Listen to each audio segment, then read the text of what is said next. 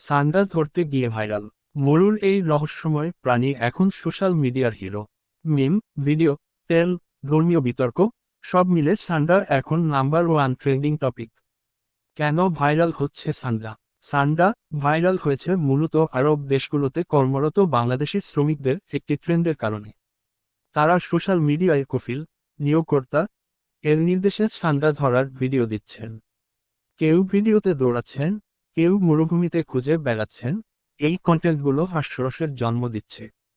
তার সাথে যুক্ত হয়েছে মিম, ব্যঙ্গাত্মক মন্তব্য, রিয়াকশন ভিডিও, সব মিলিয়ে বিষয়টি একেবারে ভাইরাল ট্রেন্ডে পরিণত হয়েছে। সান্ডা ধরার জন্য প্রস্তুত তো? সাম্প্রতিক সময়ে সান্ডা নামটা চারদিকে শোনা যাচ্ছে, ফেসবুক, ইউটিউব, এমনকি খবরের কাগজেও। কিন্তু আসলে এই সান্ডা কি? সান্ডা হচ্ছে এক ধরনের তেল, যেটাকে অনেকে যৌনশক্তি বাড়ানোর ওষুধ বলে দাবি করে। আবার কেউ বলে ব্যথা উপশমে কাজ করে। কিন্তু বিশেষজ্ঞরা বলছেন, এই তেল নিয়ে করা হচ্ছে মিথ্যা প্রচার। অনেকে কোনো বৈজ্ঞানিক প্রমাণ ছাড়াই এটি বিক্রি করছে।